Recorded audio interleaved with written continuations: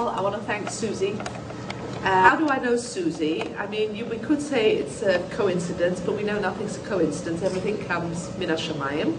Basically, Susie has a daughter called Shira, who made Aliyah. She's married with a 1-year-old. And Susie works for me at JOBKATIF. No, Shira works for me at JOBKATIF. She's a wonderful person, and I love working with her. And she's a remarkable young woman, and I know where she gets it from. So, Susie, thank you very, very much. This is wonderful. I also felt it was very appropriate for me to speak in a place like Danny, because even though the details are different, the circumstances are definitely different, one of the wonderful things that Danny does is to provide employment for challenged populations. So population, you know, of physically and mentally challenged young adults, amongst other things that they do. So, and I thought that's great because it's about helping people through employment, and that's one of the key things that we try to do at JOBKATIF. So, what is JOBKATIF and how did it come about? We all know that in August of 2005, Israel unilaterally withdrew from the Gaza Strip, which meant that the almost 10,000 Jews who were living in the Yishuvim, they were living in 21 Yishuvim, were removed from their homes, and this was called JOBKATIF. It was a very, very hard time, I think, it was a terribly hard time in Israel, and I believe it was hard for Jews living all over the world who care about Israel. And it caused tremendous, it caused a rift in the people, because there were people who said, this is a terrible thing, how can you do it? And then there were people who said, in the name of peace, you have to do anything. And having lived in Israel myself since 1977, I can honestly say that even though I don't necessarily agree with it, I can understand why there are Israelis who will say, I'll do anything for peace. Because I think today in Israel, I can honestly say there is not a single person who doesn't know somebody who was either killed or injured in a war or in a terrorist attack. We're a tiny country, and so many people have been affected by the terror and by the wars, especially with the terror attacks. You can understand that this causes certain people to say, we'll do anything, we just want to live in peace. And so again, I'm not saying I agree with it, but that was what was driving it. Anyway, it happened. The day after Tisha B'Av, on August 15, 2005, it began, and it took a few days. The government had said they would move the people to temporary homes. They had set up what they called caravillas, which were like sort of a bit like trailers, but a trailer is called in Hebrew a caravan, but because they put a roof on it, a red roof, they called it a caravilla. So it looks slightly nicer, but the insulation is terrible. In the winter it's freezing in there, in the summer it's boiling in there. You can, if you're angry, you can put your fist, it's a plasterboard wall, you can just put your fist through it. And they set up different locations throughout Israel, most of them in the south. The largest one was Nitzan, which is in the area of Ashkelon. And then there's another large group in Yad Binyamin, another one in Ein Surim. All of these are sort of south. And when I say south, remember we're talking about Israel. I mean, from me in my house in Tekoa, which is 10-15 minutes from Jerusalem, to drive to Yad Binyamin is 40 minutes. To get to Nitzan, it's less than an hour. I mean, Israel's tiny, so we're not talking tremendous distances. However, when the day came and they began removing the people, these temporary houses weren't ready. And so what they did was the government basically put people on buses and took them to different hotels and guest houses around the country. There were some people who I know people I've spoken to who said they were sitting on the bus for hours and the driver was waiting for instructions where to take them to. Which of course only added to the trauma of what was happening to them. It was bad enough that they were losing their houses, their communities, their shuls, which were then physically destroyed. In addition, they were refugees. They had no clue where they were being taken to. The hotels were a solution at the time because in 2005, unfortunately, Israel was going through a horrible intifada, so there were very few tourists, so there were hotel rooms available. JOBKATIF was founded by a wonderful, wonderful man called Rav Yosef Tzvi Rimon. Rav Rimon is a relatively young guy. I can say that because I'm much older than him. He's in his 40s, and he's a very dynamic person. I would call him a genius. He's a tzaddik, and he, like thousands of others, flocked to the hotels in Jerusalem, where a lot of the families had been brought in those day after, to see what he could do to help. And at that time, there were thousands of people coming, because the pictures on television of all these houses being destroyed and people crying, it was unbearable. He went, and Rav Rimon, in addition to everything I've said, is also, I would say, a genius. He's 10 steps ahead of everybody. He's not only the Rav of Alon Shvut, he also teaches at the Gush Yeshiva. He gives shurim all over the country, and he's also an expert in Jewish halakha, in Jewish law, and he writes books on Jewish law. And he's a very special individual, but most of all, he's a tzaddik and he cares about people. What's his name again? Rabbi Rimon, as in pomegranate, R-I-M-O-N. Now, he went to the hotels, and he basically got to the first hotel in Yerushalayim, and he asked to see the person who was dealing with the Gush Katif people, and he said he'd come to help, and he wanted to see what had been set up. He said, you know, you're going to have a lot of children here. Have you got any facilities for the kids? And they said, no, we're a hotel. And he said, you know, people, the families that in Gush Katif, they had a lot of children. I mean, 6, 7, 8 children was like average. There were some families with 10 children, 12 children. And they're all going into hotel rooms, which, you know, may sound nice, a hotel, but it's not nice if you're there with loads of kids. It's not nice. He said, what about laundry? And remember, this was a few days after Tisha B'Av, which meant if the family was religious, they hadn't done laundry for 2 weeks. You don't do laundry during the 9 days, other than what's really, really necessary. So they're going to have a lot of laundry. Have you got laundry facilities? And she said, well, we can help them with the laundry, but it's going to cost them money. And in other words, he realized that nothing had been set up.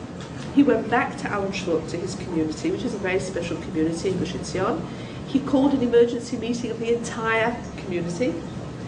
And he said to them, I've been to the hotels, and I can see that these people need help, and I'm recruiting every single one of you now. It was, remember, middle of August is still it's still vacation time in Israel. Schools are out until the beginning of September. And he said, and in Alon Shvut, there are a lot of women who work in education, teachers, kindergarten teachers. He said, all of you think you're on vacation, you're not on vacation anymore. He said, you're going to make up a rota, and you're going to go and you're going to take materials, and you're going to go and work with the kids.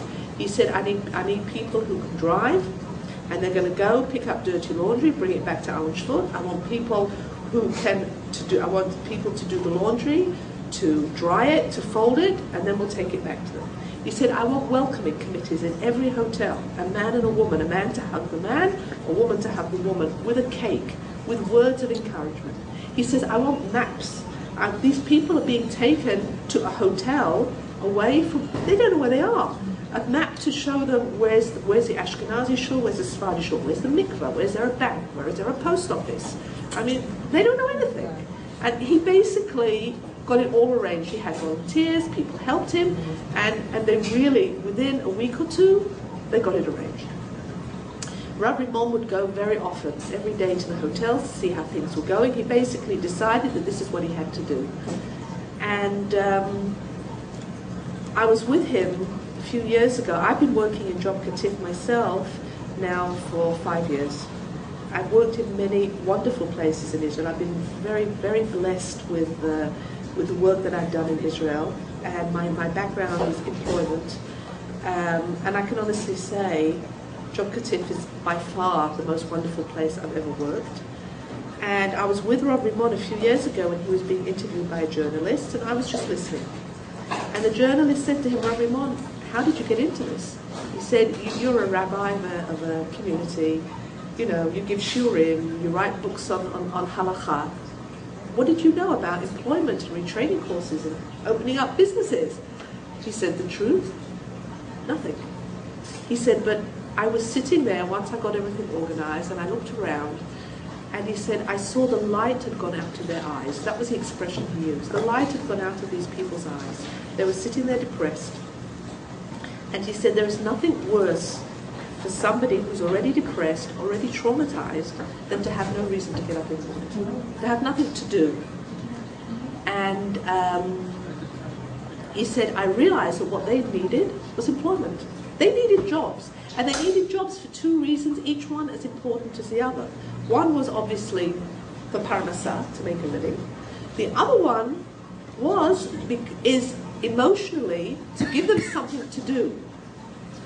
And so he then went to the different government offices that had been charged with looking after these people and said to them, what are the plans? What special plans have you put in place to help these people get back to work? And here I have to tell you something very important that a lot of people don't realize. And this is key to understanding JOBKATIF, and that is that when we think of what happened in Gush Katif, we remember those terrible pictures of houses being destroyed and so on. What a lot of people are not consciously aware of is that 85% of the people who lived in Gush Katif worked in Gush Katif. 85% of them. Which meant, and there was no unemployment in Gush Katif. Anybody who wanted a job could get a job. There was tremendous agriculture, as I'm sure you all know, and there were educational institutions, and people had stores and repair shops, and there was work. It was like a self-contained area.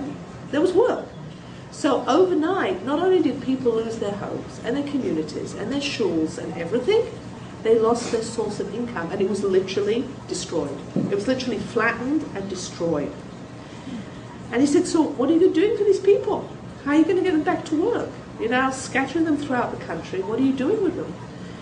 And the answers he got were not satisfactory. The answers he got were, well, you know, we have the government employment offices. Like any other Israeli, they can go to the government employment office. He said, no, you don't understand. The government employment office, I don't know what it's like here in Canada, but in Israel, a government employment office is very impersonal. You kind of go in, someone's sitting at a computer, types in, doesn't even look at you, types in your information. Oh, you're a plumber, no, we haven't got any jobs there, come back next week. That's not what they needed. They needed individual, one-on-one care.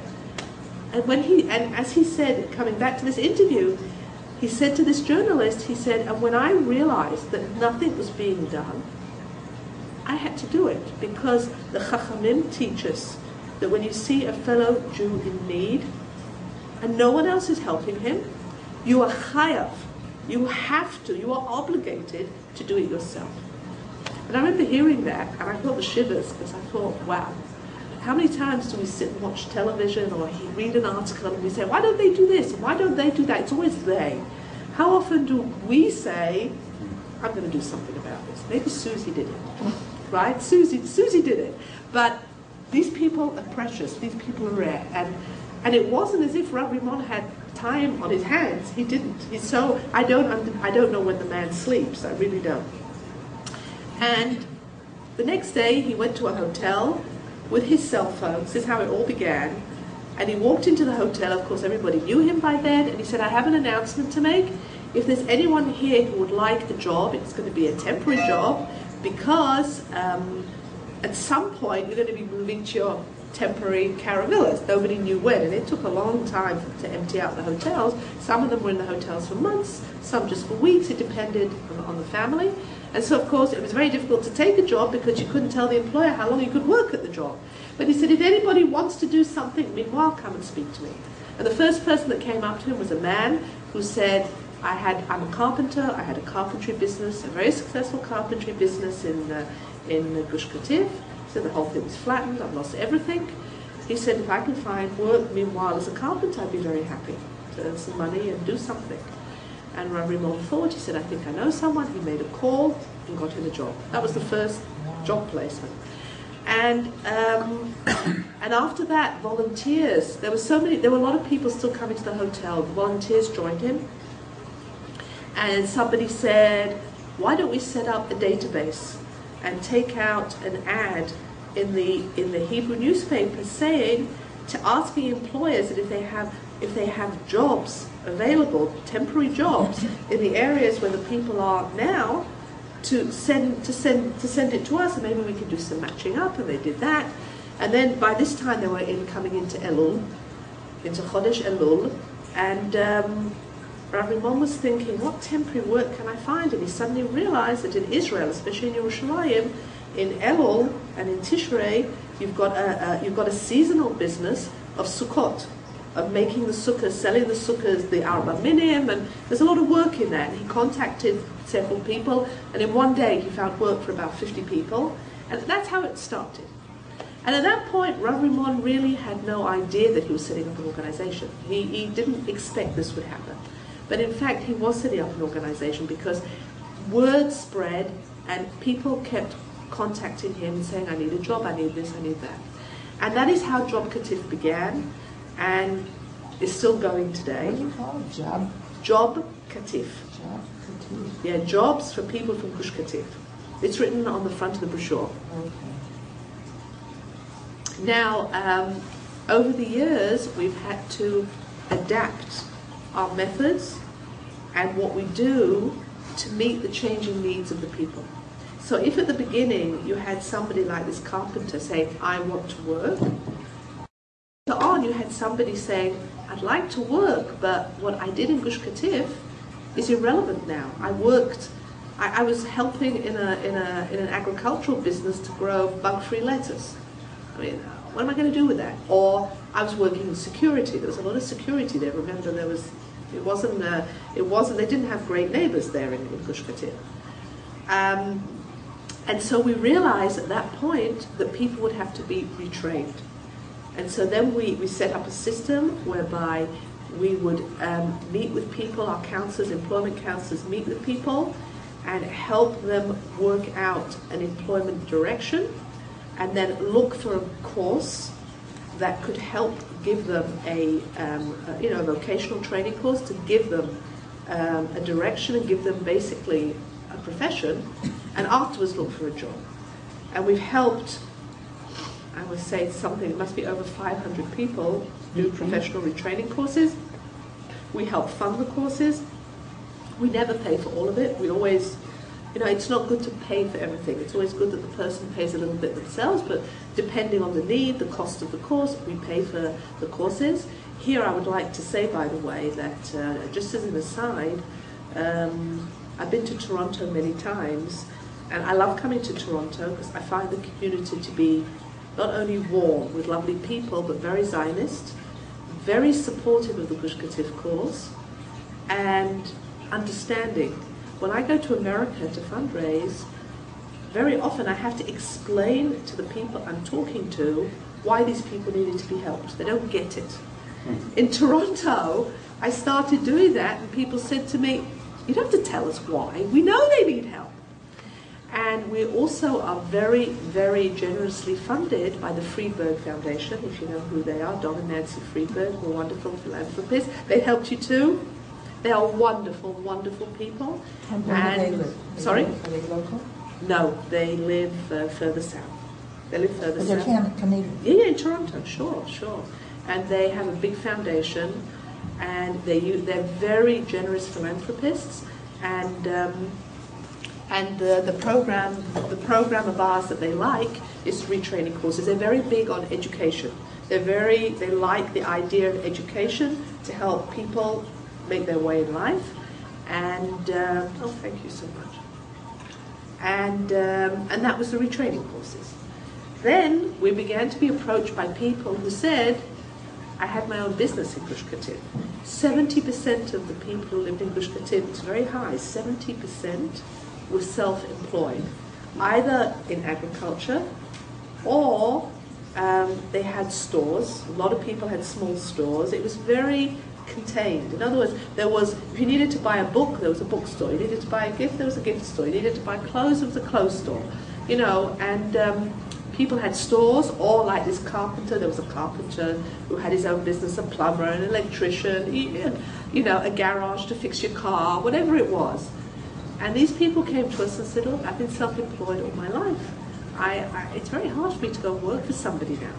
So we set up a business department, and we sit with the people. We have business consultants, and we sit with the people, and we think, you know, they have an idea for a new business. We make them do a business plan. It's not like, oh, fine, you know, we'll help you. We check if the business is going to be viable. We vet it very, very carefully, because if we don't think the business is going to be viable, why help them? Why waste their time and money, and why waste our time and money? We'll tell them, don't do it. It's not going to work. If we do think it's going to work, we give them mentoring and counseling and seed money to start the business off. And we've helped open almost 250 new small businesses throughout Israel, from the Golan all the way down to the Negev, all over and in fact the brochure the colourful brochure that's on the side there focuses mostly on some of these businesses. Some of them are very interesting businesses, very creative. We also have another program which is called the Volunteer Program. This was something we only introduced a couple of years ago, and this program is to help people who need to get to work, but we know that no employer is going to take them because they're not emotionally ready. And to illustrate this, I'll tell you a small story. This is a true story about the first person we put in the volunteer program. This was a man who was older. He was already in his mid to late 50s. He had been one of the pioneers of growing bug-free vegetables in Gush Katif. I'm sure you all know that one of the amazing things that happened in Gush Katif was that they developed a method to grow vegetables that had no bugs in them, which for people who keep kashrut is extremely important, because it's very forbidden to eat insects. And he was one of the pioneers of this, and he had a farm that was very, very successful, and he was so proud of it. And in general, he was totally broken after he was pulled out of Gush Katif. He was one of these people who had no reason to get up in the morning. He would walk around all day in his pajamas, eat, gained weight, developed health problems.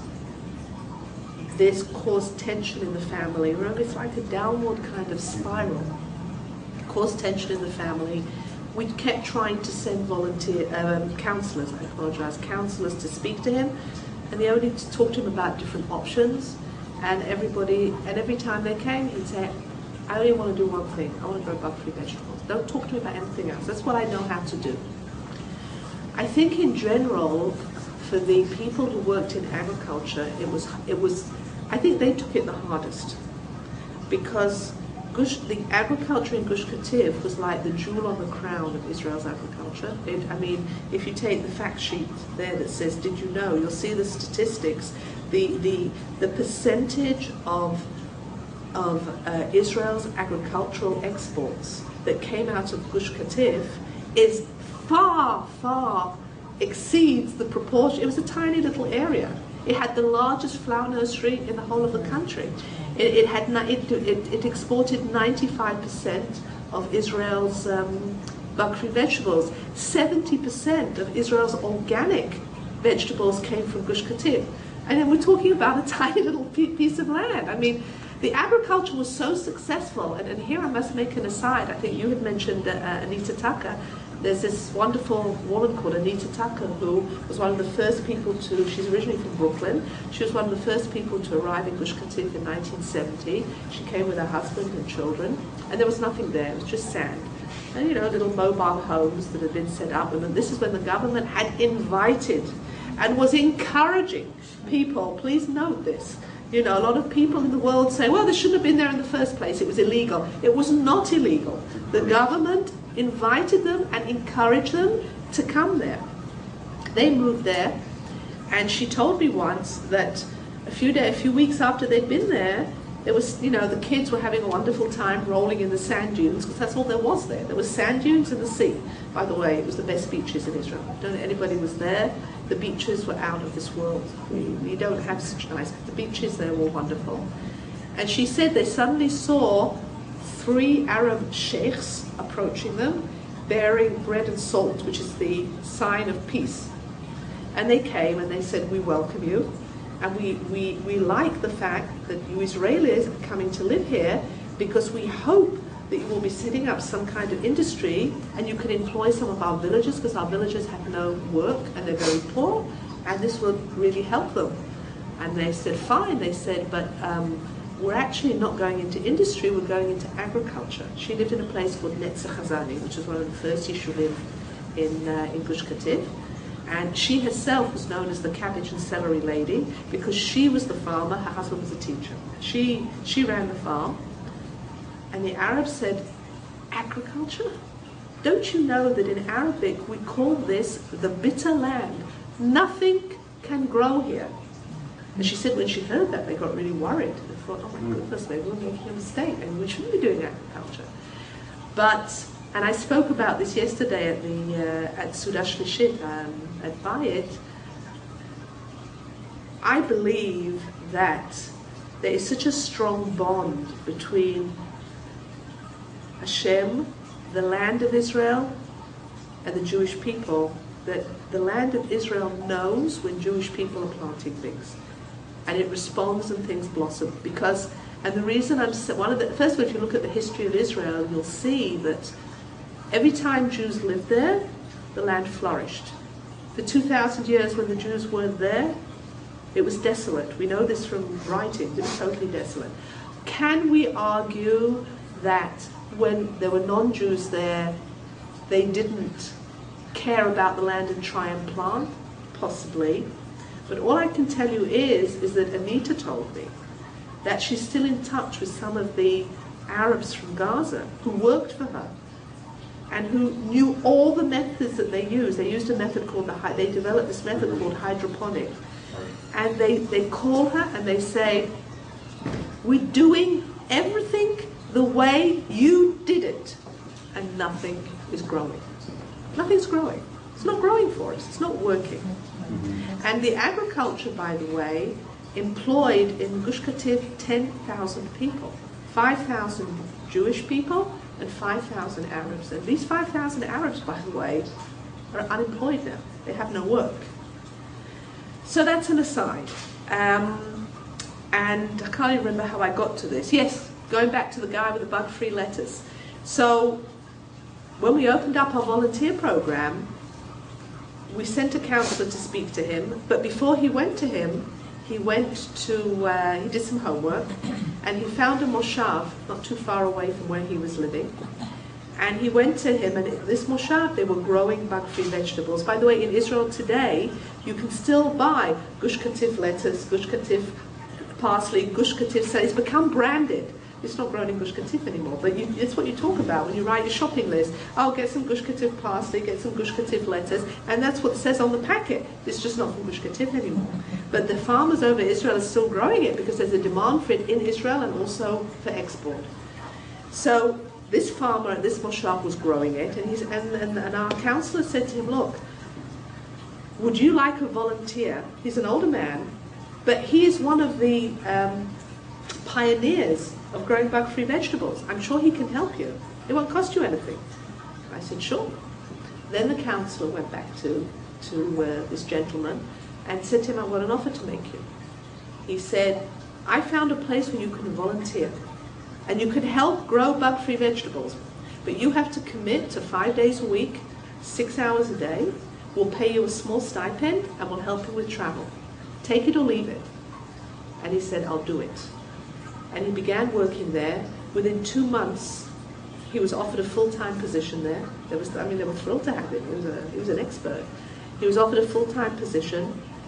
He lost weight. His health improved. His wife rings the office once a month to thank us for saving her marriage. She said she was on the point of divorcing him. She said she couldn't take the tension in the house anymore. And they've begun building their house, and that's what our volunteer program is. It's to help people, because we couldn't have taken this person and sent him to an employer. Nobody would have employed him. But this way we got him into a job. This is what we do at JOBKATIF. Thank God we have helped nearly 2,500 people find work. We are nearing completion of our mission. Our mission is to help as many people as possible. We are left with 600 families who are still not making ends meet. Again, if you take the sheets, you'll see how we've broken it down. We know what we have to do in order to get these people back on their feet. This is our mission, to get people back on their feet so they're independent and they are once again contributing members of society. For the first few years of JOBKATIF's life, we were entirely supported by donations, mostly from North America. In those first few years, 2005, 6, 7, there were people that you just had to say to them, JOBKATIF, and they couldn't get their checkbook out quick enough because it hurt and they wanted to help.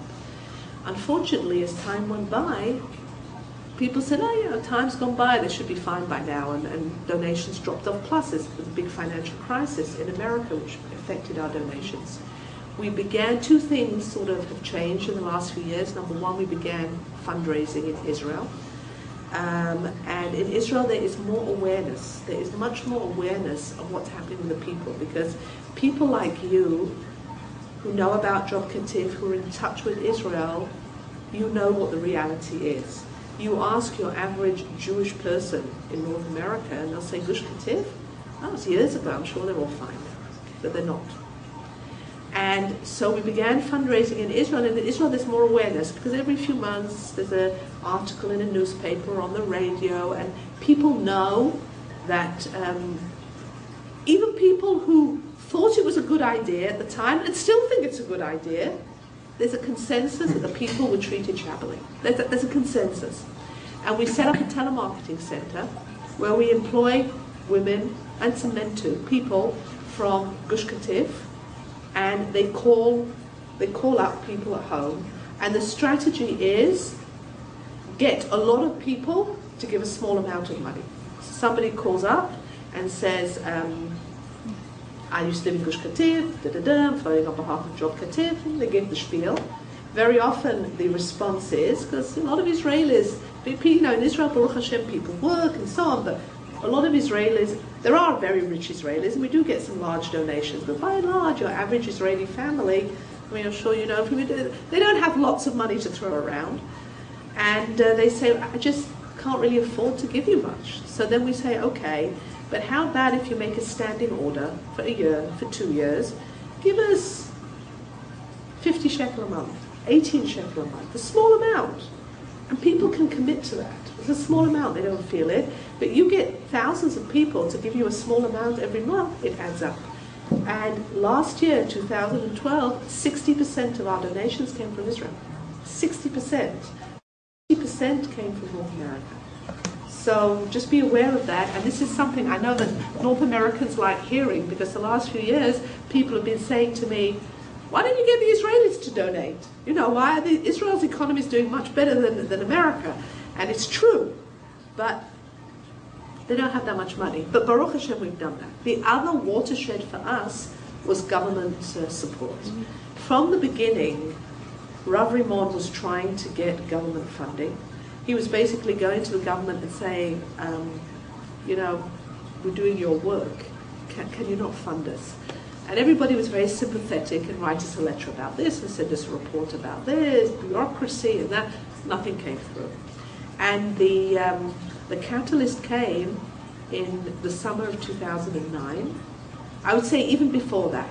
In 2008, Rav Rimon received the Presidential Award for Volunteerism from Shimon Peres, which was very ironic, because Shimon Peres was and is still in favor of giving up JOBKATIF. Yeah? But he doesn't decide who gets it. There's a committee, and the committee picked Rav Rimon. And in 2008, so this gave him already, it gave him and JOBKATIF some kind of standing. A year later, when Bibi Netanyahu was Prime Minister, he set up a State Commission of Inquiry into how were the people treated, not into should it have happened, because that was, it's a bit pointless to look into that. But how were the people treated? And one of the areas, and this State Commission of Inquiry had the standing of a legal court. There were 3 judges presiding. The main one was a very well-known Israeli judge called Yehoshua Matzah. And And one of the areas they looked into housing, they looked into social, education, social issues, but they also looked into employment. And it was actually, I read, all the transcripts were online, and I read them. And by the way, if you go to our website, you can actually, we translated into English the testimony that Rav Rimon gave, and it's worth reading. It's absolutely worth reading.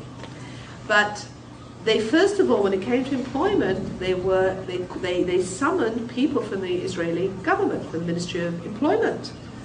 And every time they asked them a question, they said, well, what happened with this, or how many of this, and where do you get this statistic? The answer was coming in again and again. Oh, no, we don't do that. JOBKATIF does that. No, we get our statistics from JOBKATIF, and it's true. I remember getting calls every few months from somebody from the ministry saying, can you give me the latest statistics? Because they weren't doing anything. We were doing it all. And eventually one of the judges said, what's JOBKATIF? Who's JOBKATIF? What is this? And it was explained, and then they summoned Rav Rimon to come and give testimony. And as I said, I recommend that you read his testimony because it's fascinating. And he gave testimony, and when the Commission of Inquiry published its findings, JOBKATIF came out smelling like roses. They made 4 points. Number one, they said there's 3 times more unemployment amongst the people of Gush Katif than amongst the average Israeli population. Number 2, it's a direct result of the disengagement. Well, what do you know? I mean, of course it's a direct result, but it was the first time anybody officially said it. Until that point, nobody had said it officially. Number 3, they said, the State of Israel and the Ministry of Employment have failed in solving the problem. And number 4, the only organization doing this work, and there is no organization finding them work. There are other organizations helping people from Gush Katif. No one else is helping people find jobs or businesses or retraining courses. No one else is doing it. So they're the only ones doing it, and they're doing it well. And their recommendation, the Israeli government should fund JOBKATIF. That was their recommendation. And we thought, Baruch Hashem, we're not fundraising. However, the Israeli government was not duty-bound to take. They had to relate to the recommendation, but not necessarily do exactly what was recommended. And instead of that, they took the recommendation and they made then we signed an agreement with them by which they match our donations and basically triple our donations, and which is a wonderful thing. It's wonderful that, and by the way, it's quite unprecedented. It's not that uncommon for organizations to have their donations matched one-on-one. But to have it tripled is quite unprecedented. 3 to 1, yeah. So that is amazing. But the onus is still on us. In other words, I have to raise the money. We then have to spend the money on our employment programs. We then have to report to the government in the finest, minute detail exactly how the money was spent. And by the way, it made us extremely efficient. Our records have to be, we're under a microscope, and so in a way it was good. And then they go through it with a fine-tooth comb, and then they give us the money.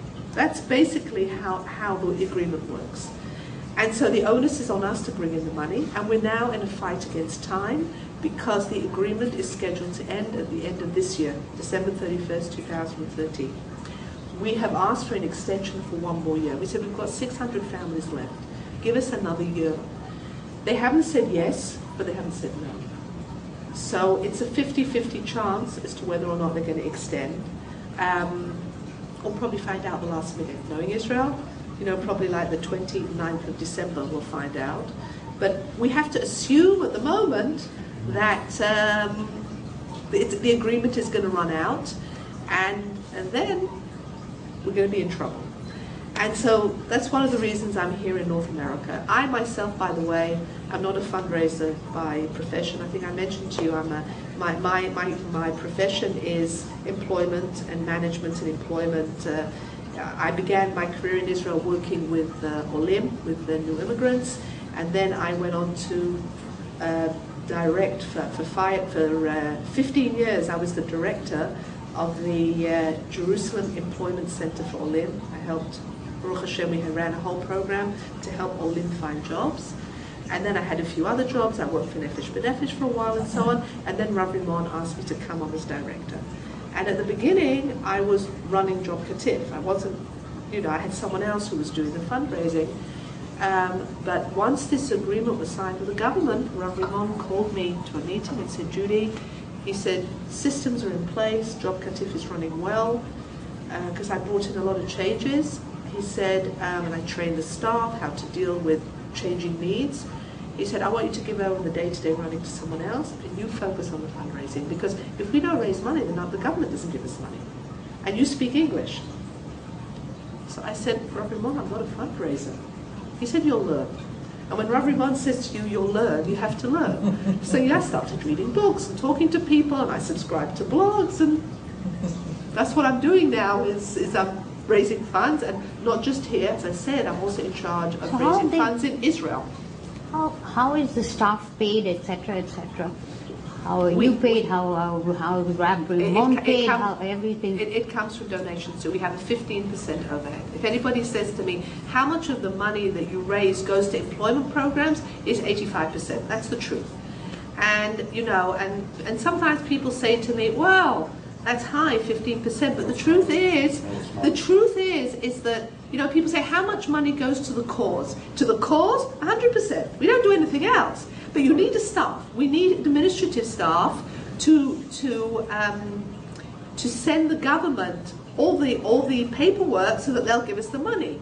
And I need to be able to come here and talk to people to raise money. Without that, the organization's not going to work. So I know there's this thing of overhead. By the way, we also have volunteers working for us. We try as much as we can to have volunteers. And I can tell you with absolute truth, we don't get paid a lot. I'm not doing this for the money. Believe me, we don't get paid a lot.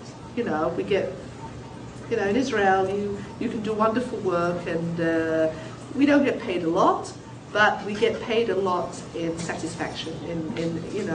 One of the wonderful things that was introduced last year, and is also the Friedberg Foundation, is that last year, with funds we received from the Friedberg Foundation, we were able to send 110 young people who are second generation Gush Katif to university, to get university education, because who pays for university education? Usually it's the parents. The parents can't afford to pay it. And this was so thrilling. This was I felt one of the best things that we had done, because we are basically ensuring the future of these young people. In Israel, if you have university education, you're going to get a job. You may not become Rothschild, you may not become a millionaire, because in Israel you don't earn that much money, but you'll get a job. Because I know there are many countries in the world that even if you have a university education, you don't get a job. In Israel, you get a job. Baruch Hashem, the economy is doing well, and if you have a degree, you'll get a job. And a couple of months ago, I applied again to the Friedberg Foundation, and I asked if it was possible to repeat it. And just before I came away, I got a positive response, and we're going to be funding another 110 people this year. And it's amazing. It's incredible that we're able to do this. And this is being done also through JOBKATIF.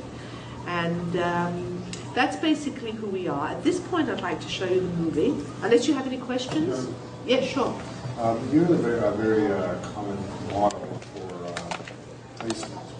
Well, yes, charity. I was curious if there's any. No, but it's a fascinating. Yeah, no, I've been. And I tell you, one of the most fascinating things about it is that it's actually very chilling, because they have their copies of papers that show how precisely the soldiers and the policemen, who, by the way, I feel very sorry for. Yeah. I feel very sorry for them, because they're traumatized. I have another movie that, it's not this movie I'm showing you, but if you'd like to see it, I can show it to you. Yeah, sure. Which shows the policemen and soldiers were basically crying their eyes out. I can imagine. It was a terrible thing for them to have to do. Yeah.